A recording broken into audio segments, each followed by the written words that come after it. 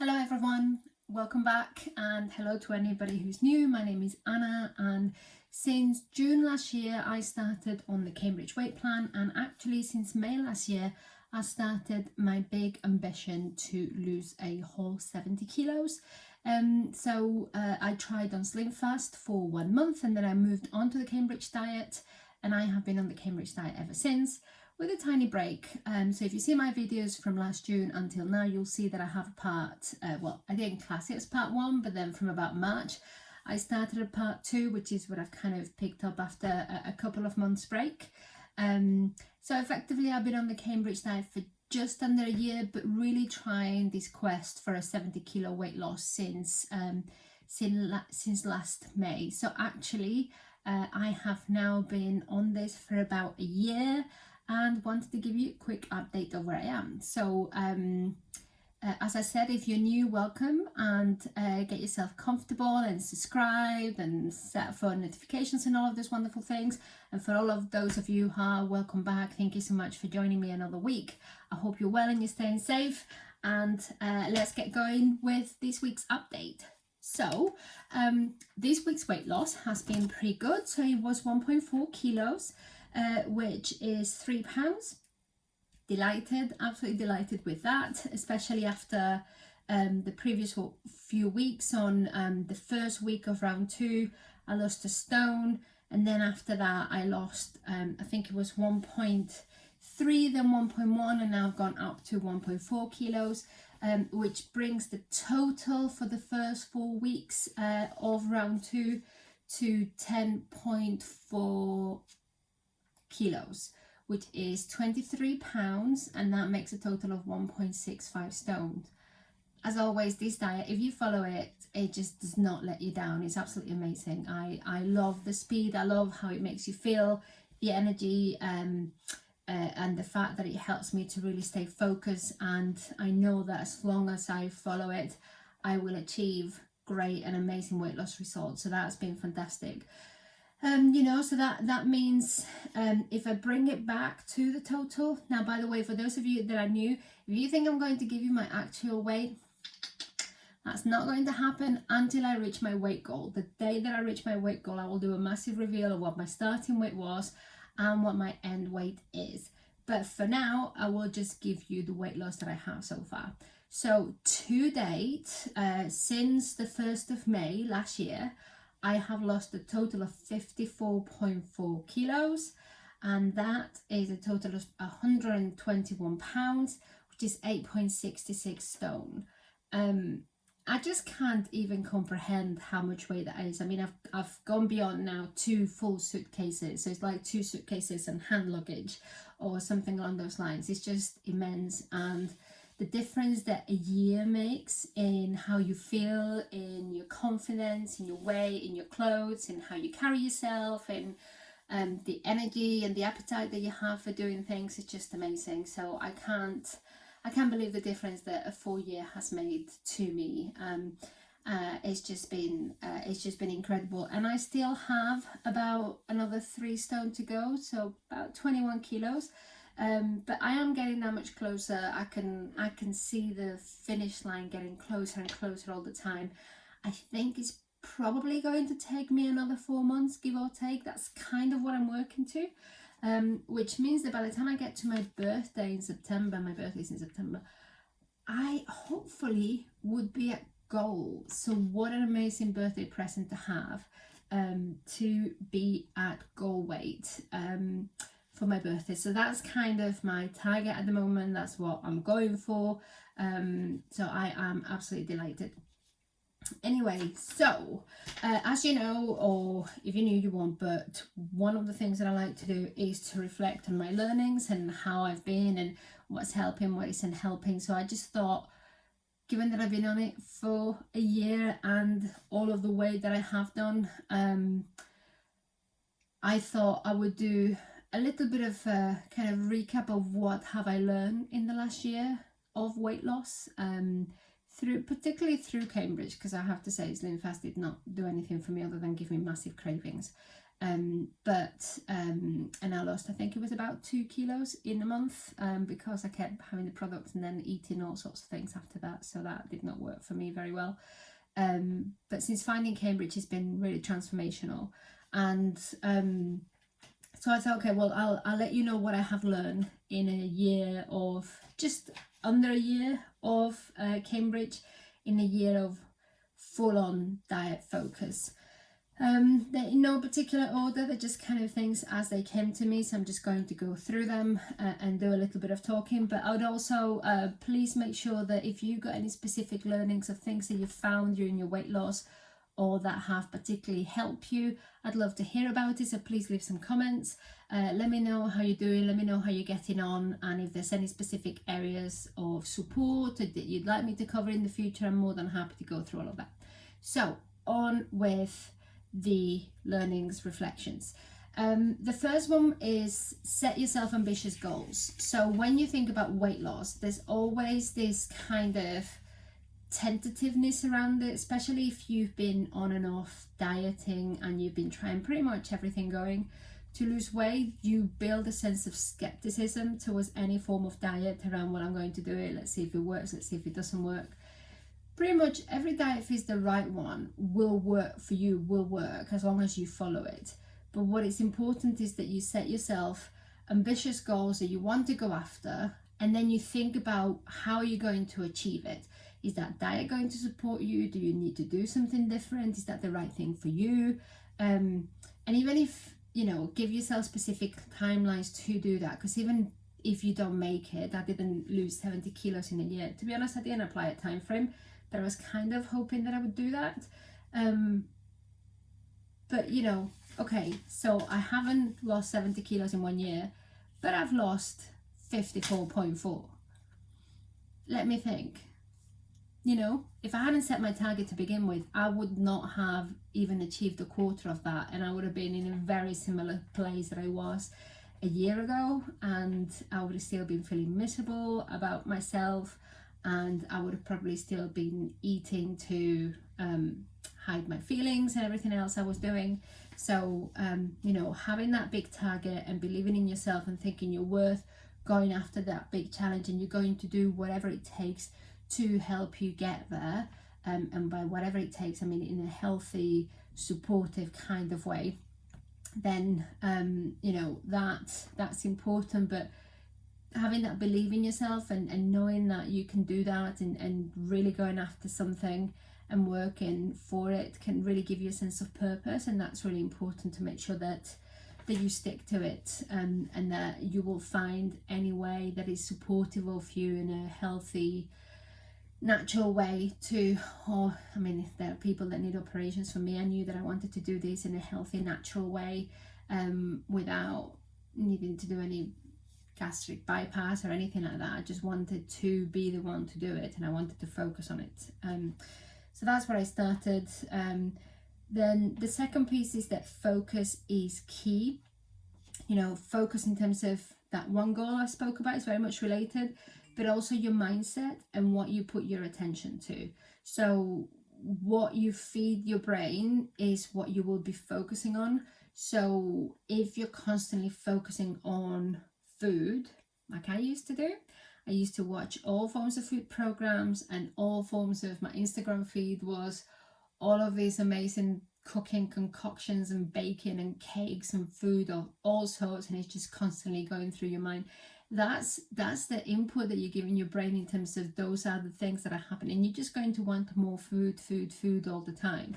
So instead I thought about what were the sorts of things that I needed, and for me it leads on to something that I guess I'll talk about later on, but there's a lot more around self-compassion, about the right form of weight loss inspiration, not just before and afters of people, because those are really important to see, and to see the inspiration of how people have done those for me are really motivating. So quite a lot before and afters, but the really supportive ones and the real ones. So for me, you know, seeing somebody that's gone from being very obese to then becoming a bodybuilder whilst I appreciate the effort, it's not something I aspire to, so that would not motivate me. And I have a huge amount of respect for anybody that has done that, because it's amazing.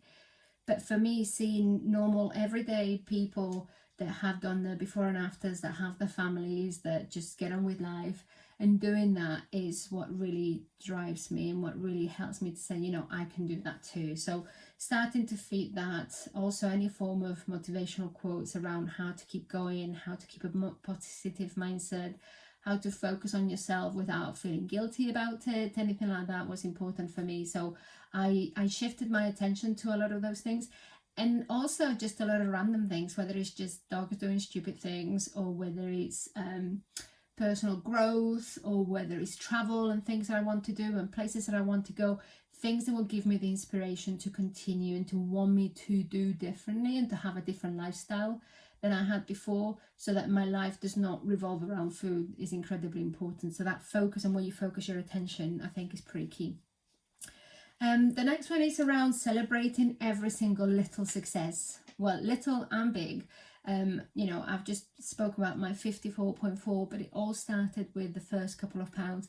And in fact, the first month on Slim Fast, I didn't do it, but I did lose some weight.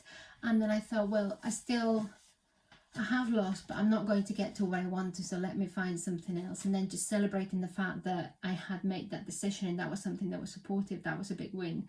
Making the shift to Cambridge and doing my first day was something that I celebrated. My second day, my first week, my first month, really giving yourself time to celebrate every single milestone, but also, you know, every single little change in your body. Your legs will go down, your arms will go down, your face will go down, and you need to learn to appreciate each one of those changes. You know, people's reactions to you will change, and your energy levels will change. So appreciate every single one of them, and of those things and all those changes, and celebrate them, because they are signs and indications that you are on the right track, that you are doing the right things, that you are getting the results that you want. And therefore that's what will be more supportive for you, and it will help you to feel good, and it will help you to appreciate every single effort that you've done towards what you're trying to achieve.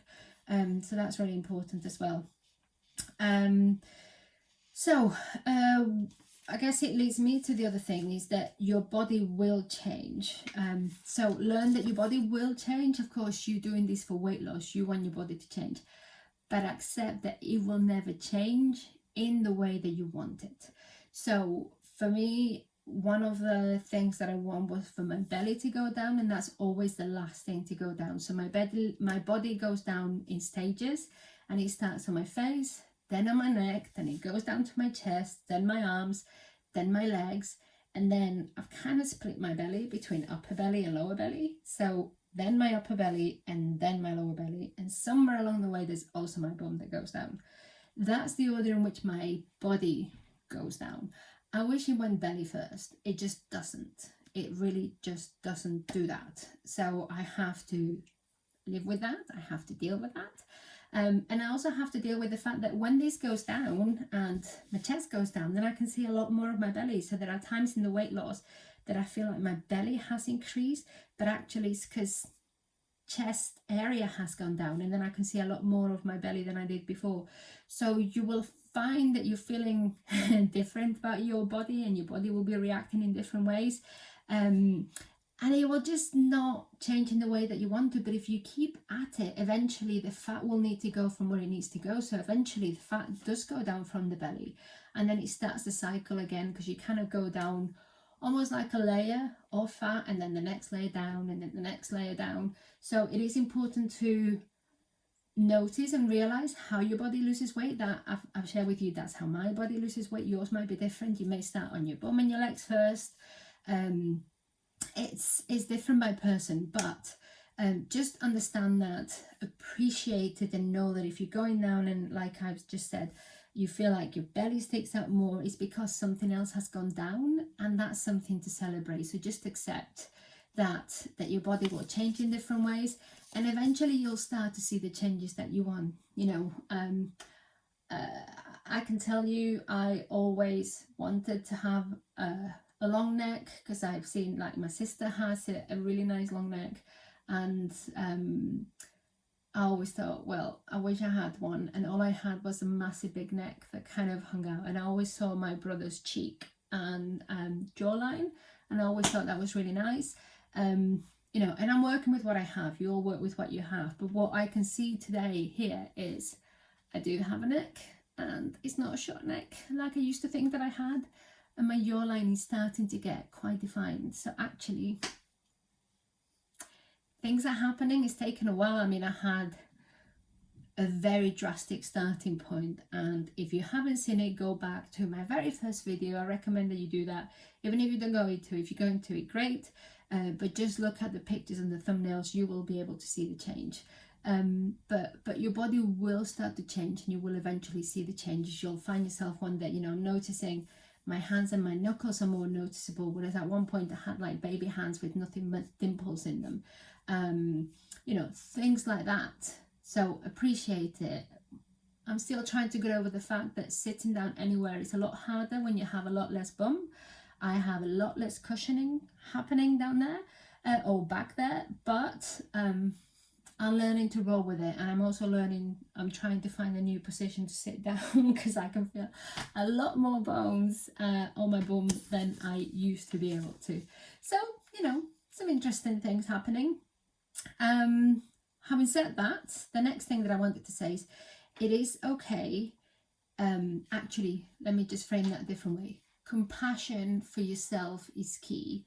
If you have a lot of weight to lose, and probably even if you only have a little bit of weight to lose, but you're not happy with where you are, you're probably being super critic with yourself. Your inner harsh critic, or the inner bitch, as I call it, is on overdrive normally. And it just kind of starts this negative talk, and it points out all of the things you do wrong. And especially if you get it wrong, or you make a mistake, or you have a day where your willpower is just not as strong as other days, and then you end up eating something that you're not supposed to, that voice does not kick in when it's happening. It kicks in about 5 minutes after you finish eating, and then it just gnaws at you and gnaws at you and gnaws at you. So that needs to go to bed, first of all. And when you hear that happening in your head, you're just like, you're not serving any purpose. Compassion is key. So accept that you've made a mistake. Forgive yourself for it. That's a big thing, just to understand that you've done it and forgive yourself, and just say, look, yes, I got it wrong. But what's even more important is that you learn from it, that you take the time to understand why that happened, because your body and your mental health, your needs, whatever, there's something happening there that is making you do that. Whether it's stress, whether it's boredom, whatever it is, it's something that needs to be addressed. And if you don't take the time to understand why did I just have this binge, or why did I do that, or what it was, then you'll never be able to change that behavior, and you will continue to do that and get sucked into this wonderful negative cycle. But if you take the time to say, okay, you know, I got caught in this whole web of eating from in February. It was post holiday, so I knew that when I would go on a holiday I would be off the diet, and then I got back, and then I tried to stick back to it, and then I started moving from 3 products to 4 products because I thought that was okay. But also I added milk with my tea, so before you know it, I was having 4 products a day, and I was having a lot more than just 100 mils of skim milk. But it was skim milk, so it was fine. And then the skim milk became semi-milk sometimes. Then I went back to skim, and some days instead of 4 products I had 5 products. And then I started to actually just have full-on binge of different things. So actually eat a sandwich, or go out and eat a piece of cake, or with a coffee or something along those lines. So I had to just accept that all of this was happening. I was in complete denial, and just kind of go, right, stop, what's going on? And I realized just how much all of the changes that I had in my life were impacting me. Specific change conditions that trigger that, particularly during transport times and movement from one place to another, and uncertainty and moving of house, etc. That was really playing on my mind a lot more than I realized. So I gave myself the time to do it. I also gave myself a couple of days to work through it, and I said, right, from this day I'm going to start afresh. And in between the day that I set to start afresh and the day when I thought about it, I probably binged far more than I should. So I put on even more weight than I shouldn't have. But then the day that I set that target, I thought, right, I'm just going to take it one day at a time, and I'm going to focus on doing one day, which I did, and then 2 days, and then carrying on again. And then before I knew it, I had done a full week and I was back on track. So if I had been picking on myself all the way through it for having lost it, and you've done so much, and look at now you've just wasted it.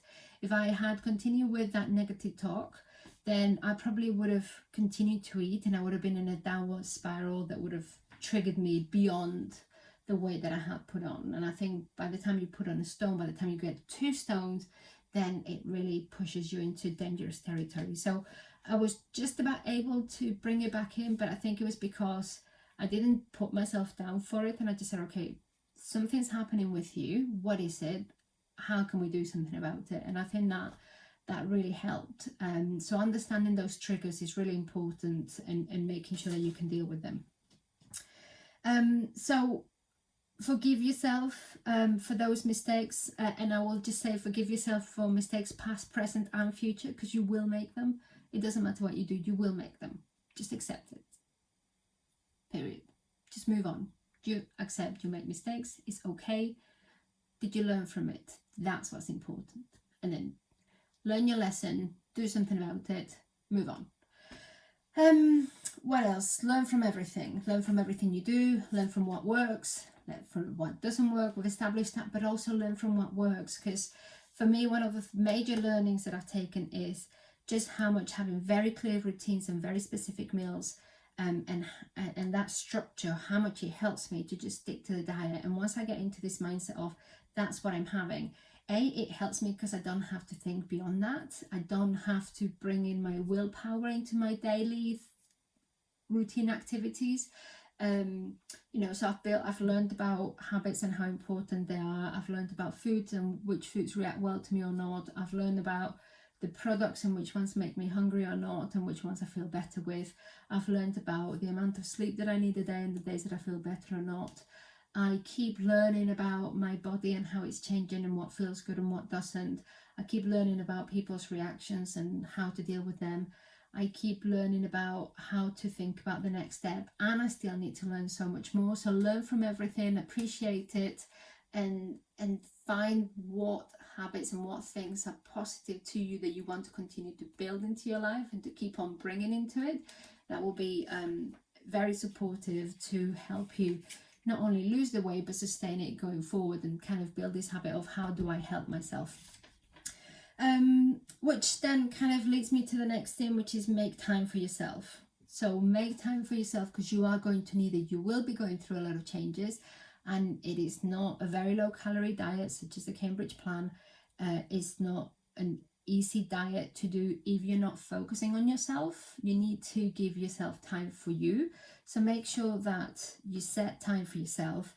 Make sure that you understand what you need. Make sure that you build in plenty of self-care and self-acceptance and self-love and all of these wonderful things that we talk about. But learn to build that into your life and give yourself time to take stock of what's happening and appreciate yourself and get your head together, because you will be going through changes and you will need that time to recoup. I do find that weight loss is as much psychological as it is physical. You need to be in the right headspace, and you need to create the space for it so that you can then do the actions that you need to help your body out. But it does start with the mind. Also understand that your needs will evolve. So what you needed at one stage might be different later on. And anything from the products that help you in the winter may be different to the summer. It may be from the amount of sleep that you need to others. It may be from type of clothes that you need. It may be that it's whatever it is. Just check in with yourself from time to time and make sure that you are working out what you need. You may be feeling more hungry one week, and it might be that it's period week. Lucky you.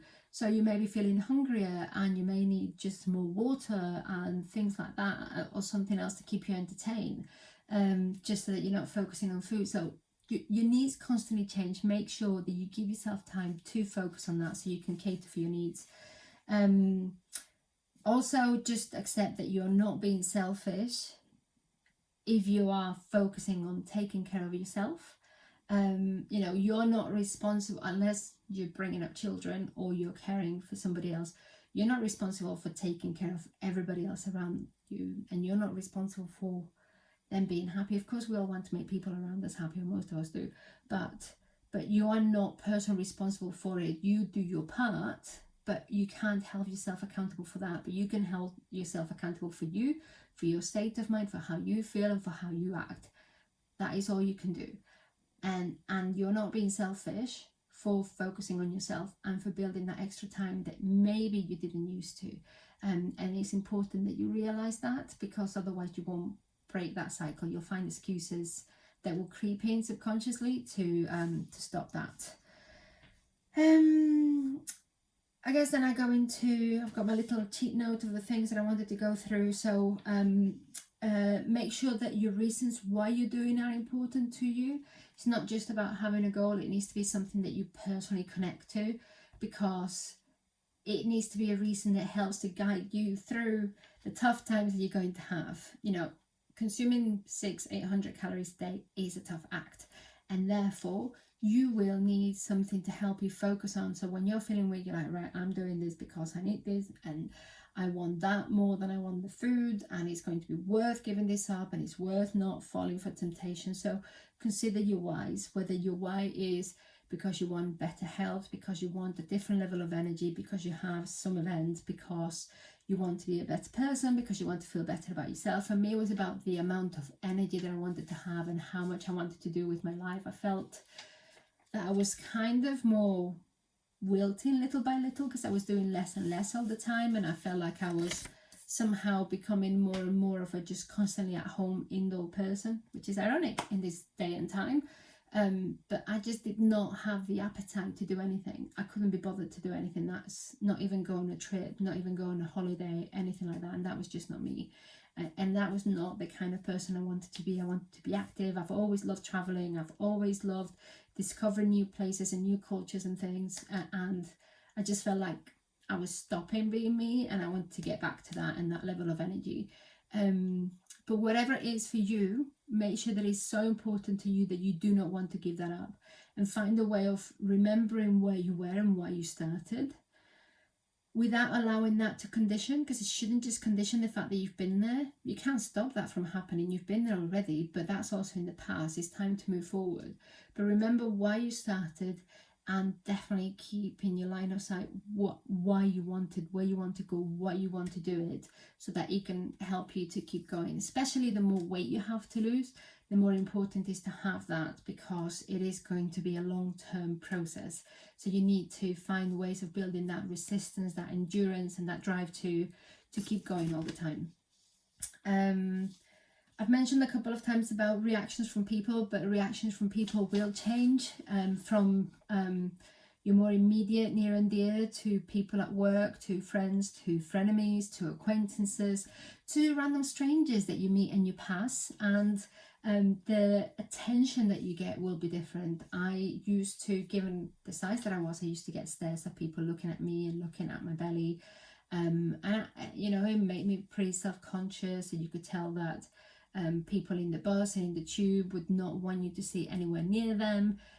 People wouldn't open the door for you, anything like that. And as I've gone through all of this, a lot of those things have changed, to the point that I even find people staring at me and I'm like, what are you looking at? And it's a different kind of staring attention that I'm very much not used to getting for a long time. So it's just quite interesting to see the evolution. You also see the reactions from people around you and at work, and and friends and family, and it changes the dynamics, and how much attention people get, and how much people listen to you, or whether they take notice of what you're saying or not.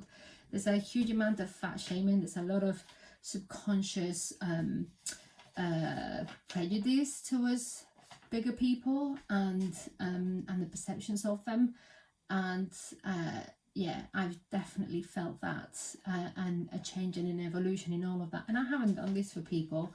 It's just interesting to see how much that is there. And I also notice how that is tackled. And I know that there are different conditions that drive people to be overweight, But I think we're, as a society, very harsh towards people, rather than having a lot more compassion and understand that that's somebody that needs help with something, whether it's stress, whether it's self-control. You know, we all have self-control problems in one way or another.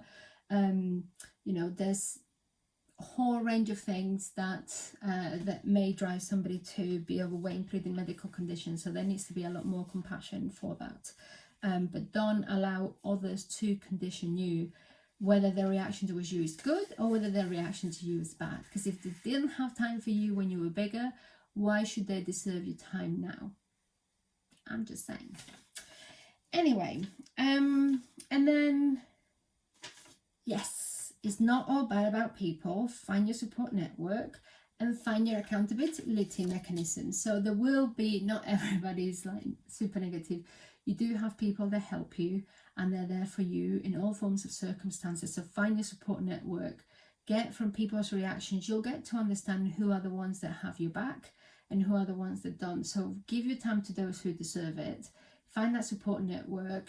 Allow them to help you, and open up to your needs and what you might need. There's a huge amount of help out there, and loads of amazing people that have helped me. I mean, a load of you have commented on my videos in the past, and that's been a huge help to me, and it's helped me through different times, and it's given me motivation, and it's helped me to come back and to understand what I needed to do, even when I was having my little wobble. So there is so much there. I've had people at work who have really pleasantly surprised me. I've had my family who they've tried to help me for years and they didn't know how to, and eventually we've found a way that was supportive of me, of how I like to be helped. It took me also opening up, saying that helps me or that doesn't help me, and changing those dynamics. But also, the other thing is what helps to keep you accountable, and what you're going to do to build that sense of commitment. For me, actually, doing these videos is a big part of it. Sharing with my mother my weight loss, sharing with my husband my ambition for weight loss, and tracking the progress. Those are things that help to keep me going, to track progress all the time. Yes, and tracking that progress is hugely important, and looking back from time to time and taking stock of how much weight you've lost is huge, because all of those things really come together to help you keep going. So anyway, that is a massive big recap of my last 12 months and what I have learned, and the evolution in my weight loss journey. It's been a fantastic process. I would say, if you are in the middle of your weight loss, or if you're considering doing the Cambridge diet, I would say make sure that it's right for you first, that you are okay and that you're willing to tackle going through 600 to 800 calories a day. But if you're willing to do that because you want to see the results and you want to see it happening, and you're committing to not just the weight loss but the maintenance that comes after, then it is so worth it, because I feel that in a year my life is so different. There's such a before and after, and I can only see things getting better in terms of my weight loss, my level of energy, my level of activity. And once we get out of lockdown and once we're able to travel, just how much I'm going to be able to do, and just how much I want to do, and the type of things that I want to build into my life.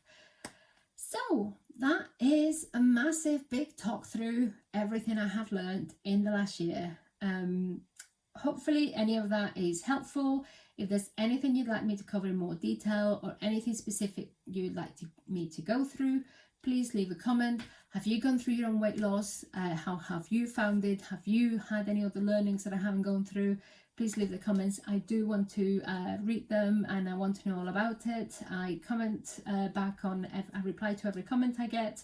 So if you haven't done it yet, again, subscribe, and look forward to hearing from you. Have a great week. Have amazing success. All the best. Stay safe, and talk soon. Bye.